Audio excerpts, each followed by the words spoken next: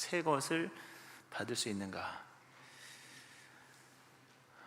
과연 나는 새 것을 원하는가? 라는 생각을, 그런 질문들을 늘 해야 될 것입니다. 사람은 다 옛 것을 좋아합니다. 그리고 묵은 것을 좋아합니다. 오늘 본문 말씀에도 묵은 포도주를 마시고 새 것을 원하는 자가 없다.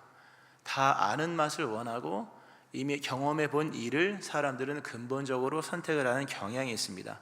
그럼에도 불구하고 우리가 새로워져야 하는 이유는 하나님은 옛 것이 아니거든요. 옛분이 아니라는 거죠. 하나님은 언제나 거룩하시잖아요. 그 거룩은 깨끗하다는 의미도 있지만 옛 것이 될 수 없는 걸 말하는 겁니다.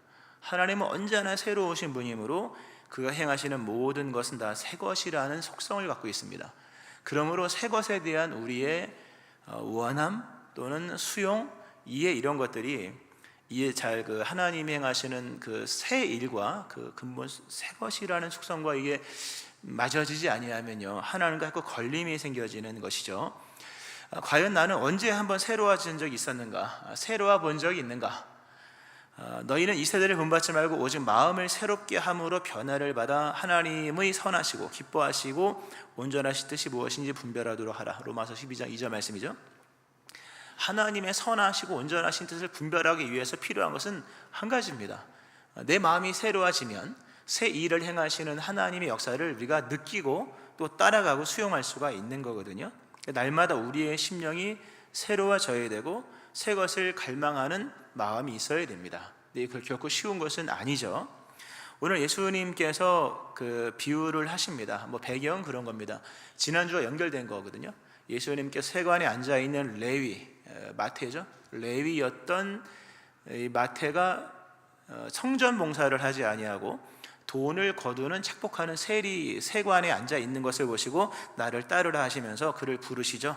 그 부르심 속에 그 레위의 모든 죄를 용서하시고 했을 때 그 세리였던 레위가 정말 기뻐서 백성들, 자기 친구들을 이렇게 다 모아서 잔치를 합니다. 의리의리한 잔치를 한 것 같고, 죄사함 받은 또 부름 받은 기쁨이 너무 감사해서 즐겁게 신나게 아주 그 은혜로운 시간을 보내고 있을 때 그것을 지켜보던 옆에 있었던 바리새인들, 종교 지도자들, 유대의 원로들이 보면서 비난을 하는 얘기가 나온 겁니다. 그때 예수님께서 하신 말씀이 새술은 새 부대에 담아야 된다. 그리고 헌옷과 새 옷을 같이 이렇게 기어 놓으면 헌옷 때문에 새 옷이 망가지고 또 새 옷 때문에 헌옷이 뜯어진다. 둘이 서로 이렇게 공존할 수 없는 것을 말씀하시고, 그리고 새 부대가 되어야 된다라는 말씀을 하시면서 잘 아는 말씀이죠. 술은 발효를 하는 거잖아요. 그 발효 팽창이 되는데 헌 가죽 부대, 당시에 병이 없는 거잖아요. 푸대를 쓰는데 헌 가죽 부대, 팽창력이 없는 헌 가죽 부대에 새술을 넣으면 그 새술에 발효되는 기운을 막을 수가 없어서 그것이 터져버리므로 결국 다 터져버린다. 그러므로 새 포도주는 새 부대에 넣어야 할 것이니라 하면서 새롭게 되지 아니하면 이 하나님의 역사를 받을 수가 없다라는 말씀, 그러므로 새롭게 되라는 말씀을 하십니다. 참, 믿음에서 중요한 것이 한두 가지겠습니까? 그래서 우리가 이 다 본문을 가지고 중요한 초점을 이렇게 하나씩 잡아가는데, 근본 믿음의 사람들은 이렇게 오픈되어 있어야 됩니다. 늘 열려 있어야 되고요. 그리고 평생토록 열려 있어야 됩니다. 그 야곱이 죽을 때에 지팡이 머리를 들고 경배했다는 말씀이 히브리서 11장에 나오죠. 11장 강의 예전에 했었습니다만, 죽을 때까지 여행할 준비를 하는 사람, 죽을 때까지도 새 것을 향해 나가려고 하는, 죽을 때에도 지팡이를 붙들고 여행할 준비가 되어 있는 한 믿음의 선조 야곱이었죠. 언제나 그런 겁니다. 끊임없이 새롭게 우리에게 펼쳐가시는 하나님의 일을 얼마만큼 내 죽는 날까지 내가 잘 수용하리라. 굉장히 중요한 믿음이거든요. 자, 이런 말씀입니다. 이런 말씀이고요. 예수님께서 공생애를 시작하실 때 나이가 30살이었습니다. 그리고 공생애를 전체적으로 다 했을 때 그 나이가 33살 정도 됐었거든요.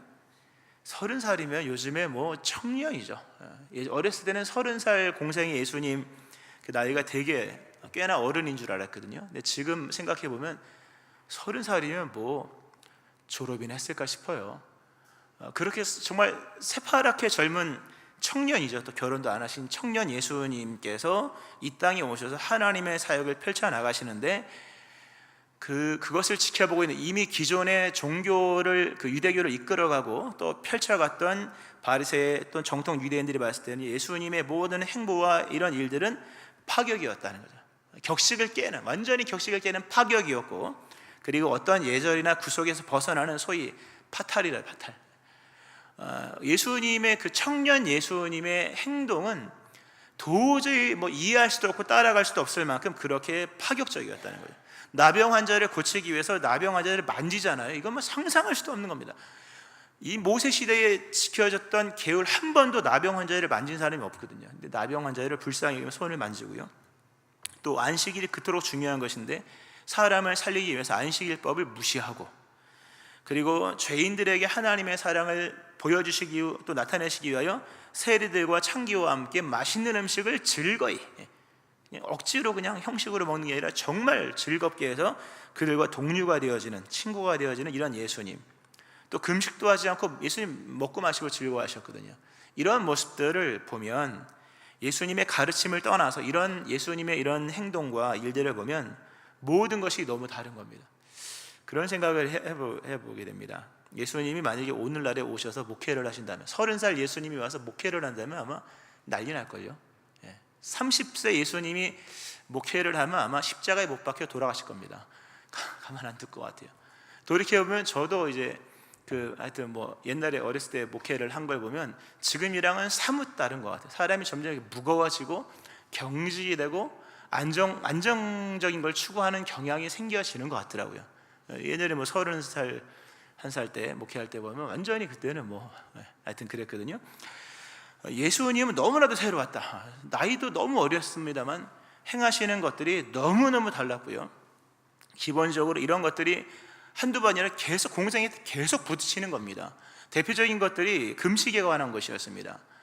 오늘 본문의 시점이 언제인지 정확히 알 수 없습니다만 이스라엘 사람들은 모두가 금식하는 날이 있었습니다. 그게 대속죄일입니다. 7월 10일 대제사장이 지성소에 들어가서 이스라엘의 모든 죄를 중보하면서 죄를 씻는 그 대속죄제일이 이 7월 10일이었거든요. 그러므로 그때의 모든 규례는 성경이 이렇게 나옵니다. 너희는 영원히 이 규례를 지킬지니라. 일곱째 달 곧 그 달 10일이래. 7월 10일이죠. 너희가 스스로 괴롭게 하고 아무 일도 하지 말라. 본토인이든 너희 중에 거류하는 거림이든지 그리하라. 이날에 너희를 위하여 속죄하여 너희를 정결하게 하리니 너희의 모든 죄에서 너희가 여호와 앞에 정결하게 되리라.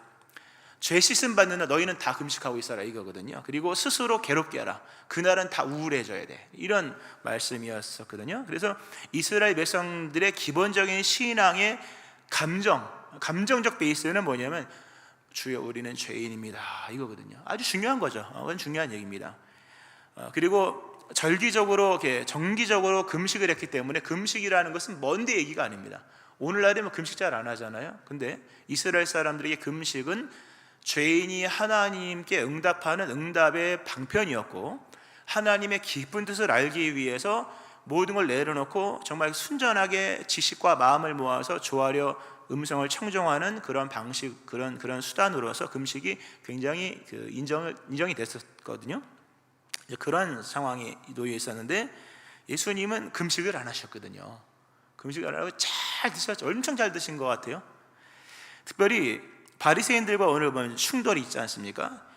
바리새인들은 구약에서 뿌리를 찾을 수가 없고 그 포록 이후에 중간사 어느 부분에서 바리새인들이 등장을 합니다. 근데 그들에게 있어서 믿음의 중요한 것 중에 하나는 우리는 하나님의 언약을 어겼다. 우리는 하나님과의 언약을 어김으로 우리는 슬퍼해야 될 죄인들이다.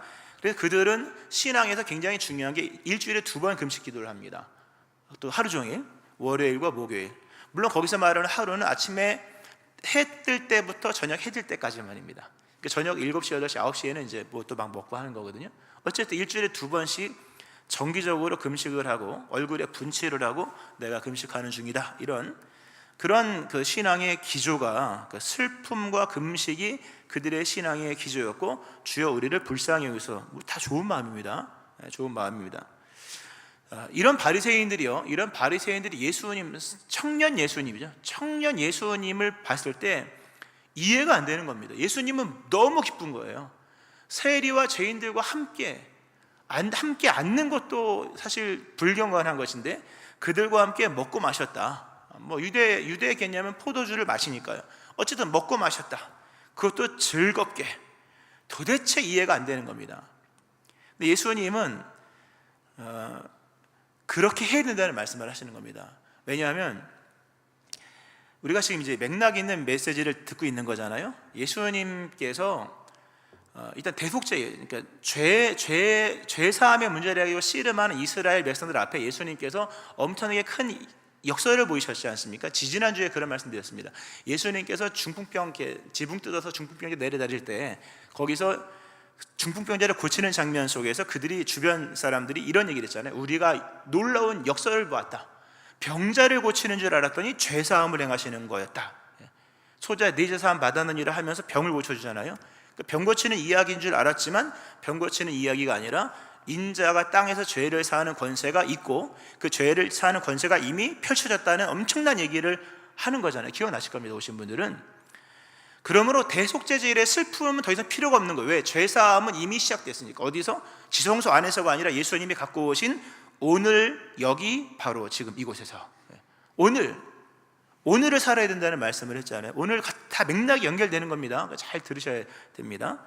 더 이상 대속죄일의 금식은 필요가 없다. 왜냐하면 내가 너희들의 죄를 사하잖아.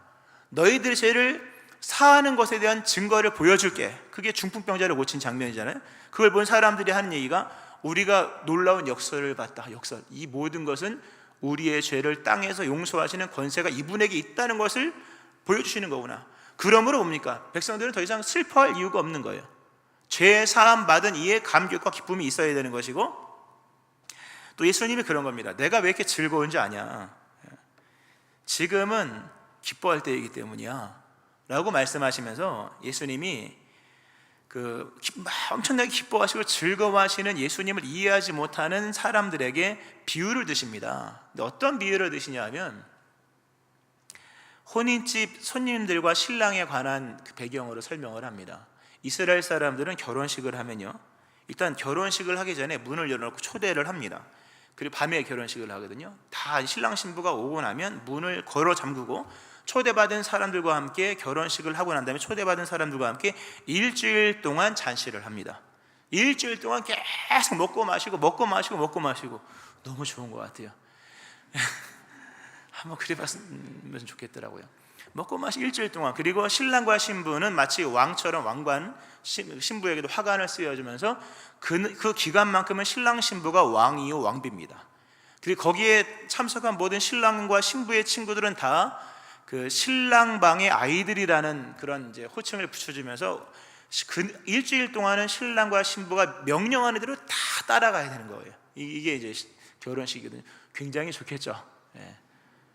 참 아름다운 장면이거든요. 그러면서 얘기를 하는 게 지금은 결혼식이야. 신랑이 왔고 신부가 와서, 당연히 신랑은 그리스도 예수죠. 그리고 신부는 이스라엘이죠. 결혼식이 성사된 거야. 지금은 금식할 때가 아니라 먹고 마시고 즐거워해야 돼. 그렇지만 신랑을 빼앗길 날이 올 거야. 예수님 십자가 달리실 때죠. 신랑이 빼앗길 날이 올 때 그때는 금식을 해야 돼. 그러나 지금은 금식할 때가 아니야. 그러나 금식할 때가 되면 또 금식을 해야 돼 라는 말씀을 하시면서 근본적으로 그 이스라엘 백성들 속에 깔려있는 죄의식과 슬픔에 관한 부분들을 예수님께서 좀 이렇게 바꾸시는 거죠. 말씀을 하시면서 기쁨이 능력이다. 슬픔이 능력이 아니라 이게 기쁨이 능력이며 하나님이 그리스도 예수 안에서 가져오신 엄청나게 기쁜 하나님의 나라를, 중요한 것은 너희들이, 그러니까 유대 정통 바리새인들이 갖고 있는 그 기존의 틀로는 못 담는다는 거죠. 새 포도주는 새 부대에 담아야 되는 것처럼 하나님이 그리스도 예수 안에서 이미 용서하시고 펼쳐가시는 놀라운 일이, 놀라운 그 기쁨을 옛 유대교로는 담지 못한다. 그런 얘기까지 펼쳐지는 말씀이 본문의 말씀입니다. 참 감사한 거죠. 예수님께서 죄를 속하고 기쁨의 일들을 갖고 오셔서 결국 백성들이 슬픔과 탄식, 물론 중요합니다. 그거 굉장히 중요하지만 은혜의 표지를 찾으라 겁니다. 하나님 우리에게 행하신 것들 중에는 때로 슬퍼할 것도 있고 눈물을 흘릴 것도 있죠. 그러나 예수님이 우리에게 하신 말씀이 그리스도 예수 안에서 펼쳐진 예수 시대, 그리스도 예수로 펼쳐진 하나님의 죄사함, 그리고 의인을 부르러 온 것이 아니라 죄인을 부르러 왔기에 죄인 너희들도 기뻐할 자격이 있어 하면서 그 예수님으로 인하여 시작된 은혜의 표지들을 찾으라는 겁니다. 찾고 거기에 응하라는 거죠. 그 누가복음에 보면 뒷부분에 가면요, 15장에 가면 나와 함께 즐기자, 나의 잃은 양을 찾아노라. 나와 함께 즐기자, 나의 잃은 드라카마를 찾아노라. 나와 함께 즐기자, 나의 잃은 죽었던 아들이 살아 돌아왔다, 찾았다라는 말씀을 하죠. 그러니까 오늘날에 우리가 믿음 생활을 하는데 바리새인들의 믿음 생활을 따라가는 사람이 많습니다. 형식과 뭐 외형 이런 걸 말하는 게 아니라 근본적 그 신앙의 기조 자체가 슬픔과 어떤 이런 죄의 묶임에 대한 것들이 많고요. 그리고 은혜의 표지를 본다기보다는 허물과 죄, 물론 중요합니다. 그러나 오늘 예수님은 본문의 말씀을 통하여 예수 시대로 펼쳐진 놀라운 이 대속의 사건과 그리고 기쁨에 관한 것들을 발견하고 그리고 누리라, 찾으라. 그러나 중요한 것은 옛 유대교로는 이걸 못 담을 거야, 이런 얘기를 합니다.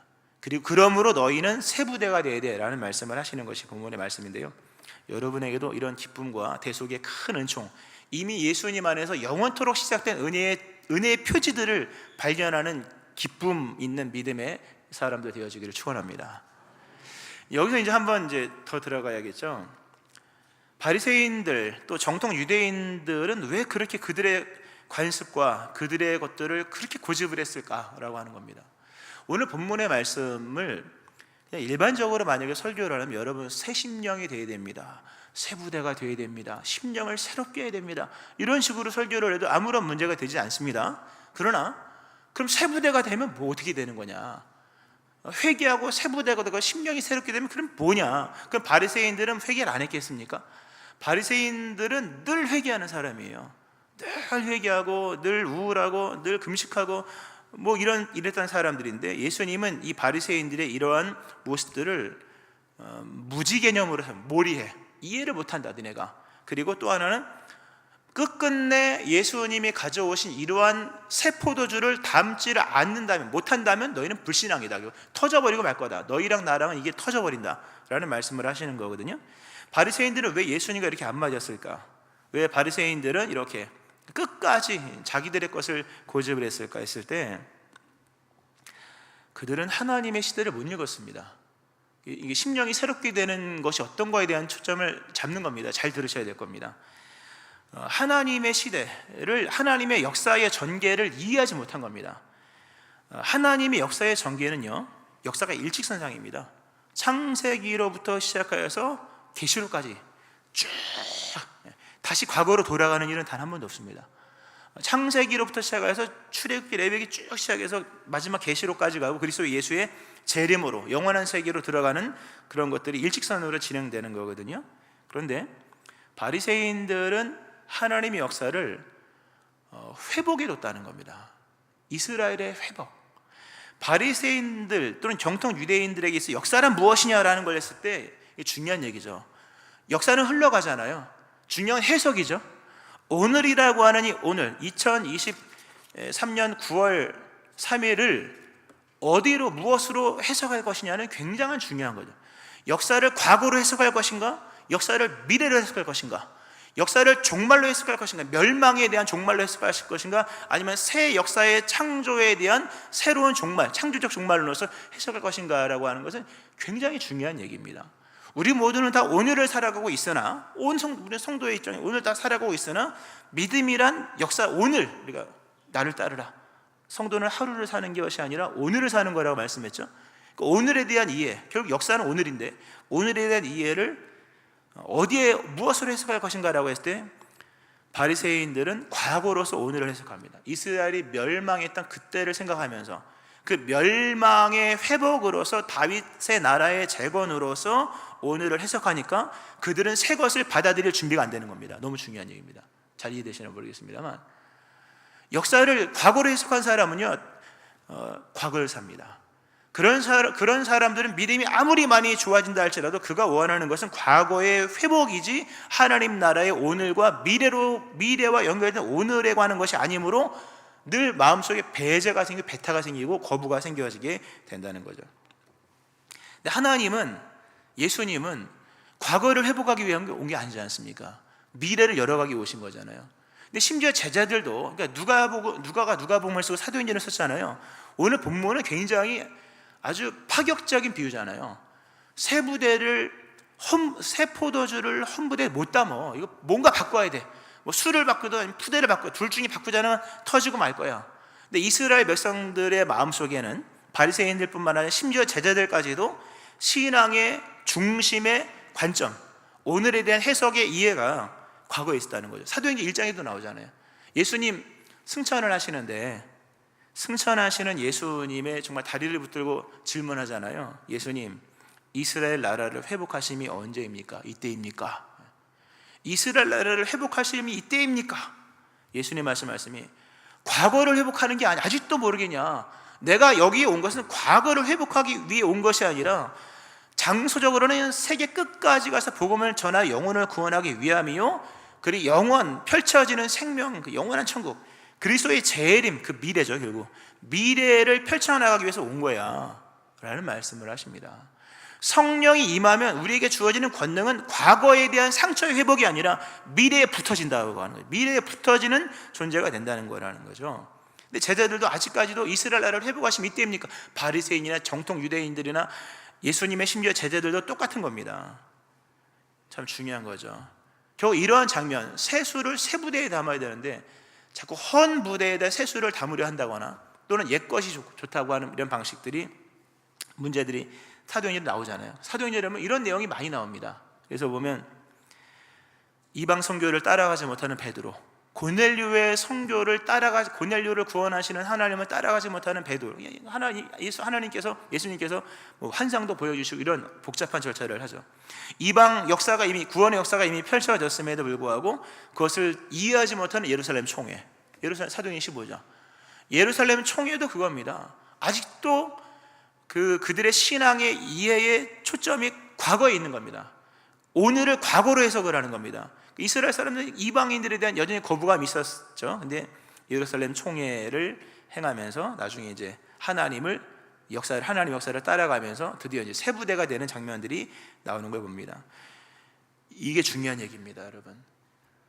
심령이 새롭게 되고 우리가 나주님의 기쁨 되기 원하는 참 좋은 찬양이죠. 새 부대가 되게 하여 주사 주님의 빛, 주님의 길 비추게 하소서, 이런 찬양을 드리는데요, 새 심령, 새 부대가 되어서 또는 회개하고 심령이 깨끗하게 됐을 때 결국 그 실체가 뭐냐, 그것이 뭐냐 할 때 오늘에 대한 해석입니다. 여러분, 오늘에 대한 이해를 과거에다 붙일 것인가, 아니면 오늘을 예수님이 가져오신 또는 장차 오시겠다고 말씀하신 미래에 붙일 것인가, 우리의 영적인 중심과 지향이 어디를 향하는가라는 겁니다.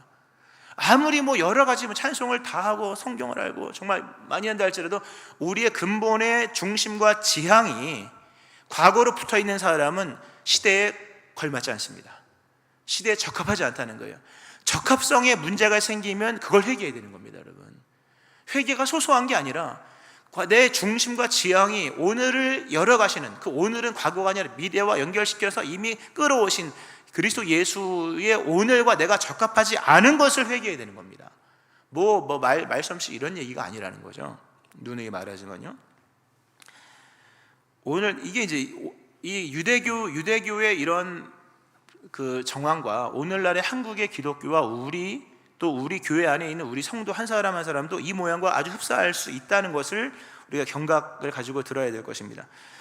한국의 기독교가 부흥을 많이 했죠. 부흥을 많이 했습니다. 한 90년대까지는 진짜 부흥했습니다. 그거 다 아시죠? 저희 이때 신학생들 경쟁률도 엄청 셌어요. 목사 되겠다는 사람도 근데 지금은 다 미달이에요.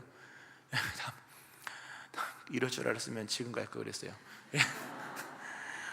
엄청 경쟁 엄청 셌습니다. 셌거든요. 유례 없는 부흥을 90년대까지 했고요. 그런 부흥의 시대 속에서 성도의 믿음이 자랐고 또 우리도 그 시대를 살아왔죠. 근데 문제는 오늘을 살면서 오늘의 모델을 거기에다 두고 있다는 겁니다. 좋은 교회가 어떤 교회냐로 이해하면 대다수가 뭡니까? 60년대, 70년대, 80년대, 90년대까지의 교회를 얘기하는 거예요. 이거 문제입니다.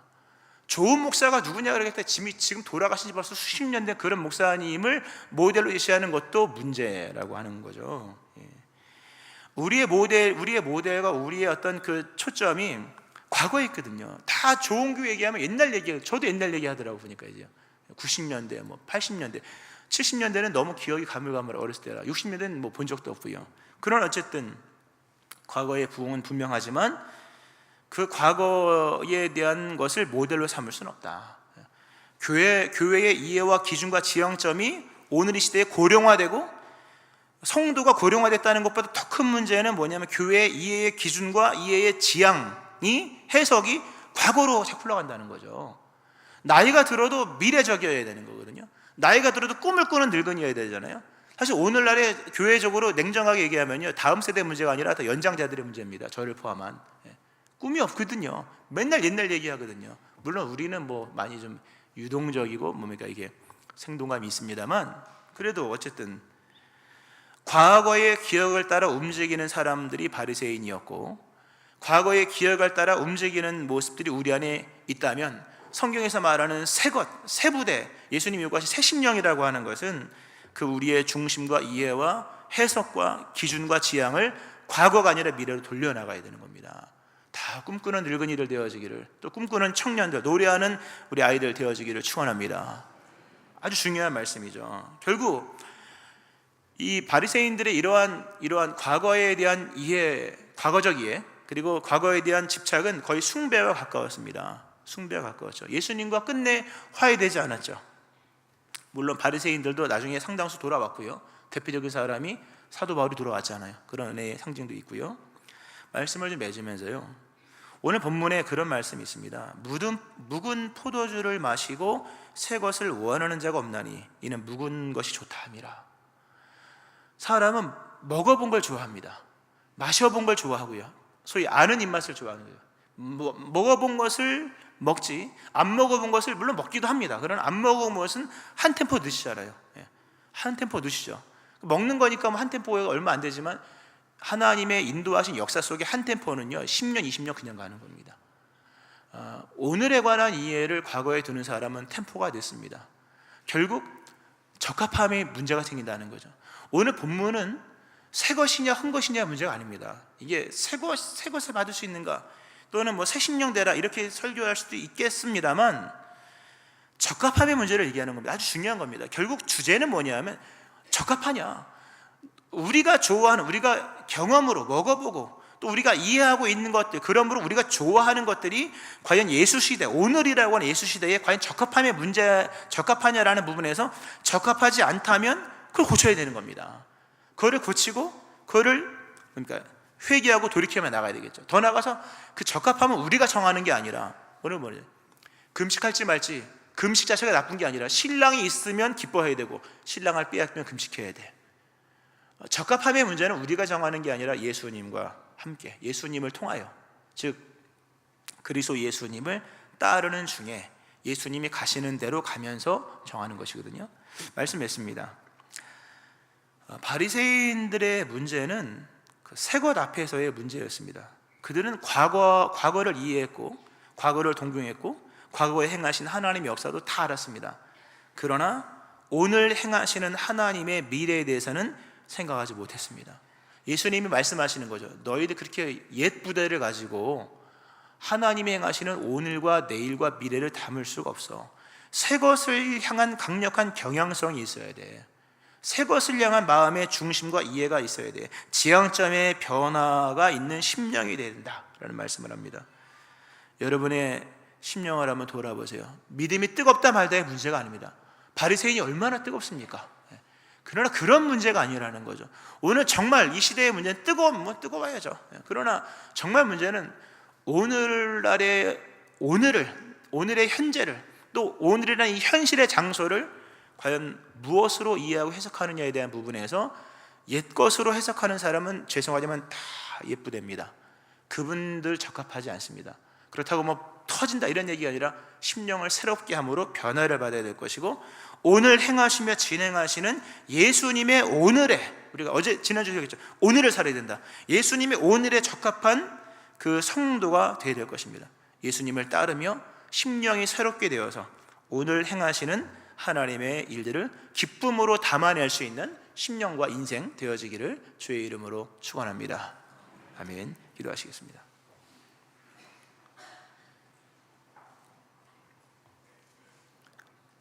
오늘이라고 하는 하나님의 역사의 현재를 과거로서만 풀었던 바리새인들은 끝내 미래로서 펼쳐가시는 하나님의 오늘을 이해하지 못하여서 결국 터져버린 것을 보게 됩니다.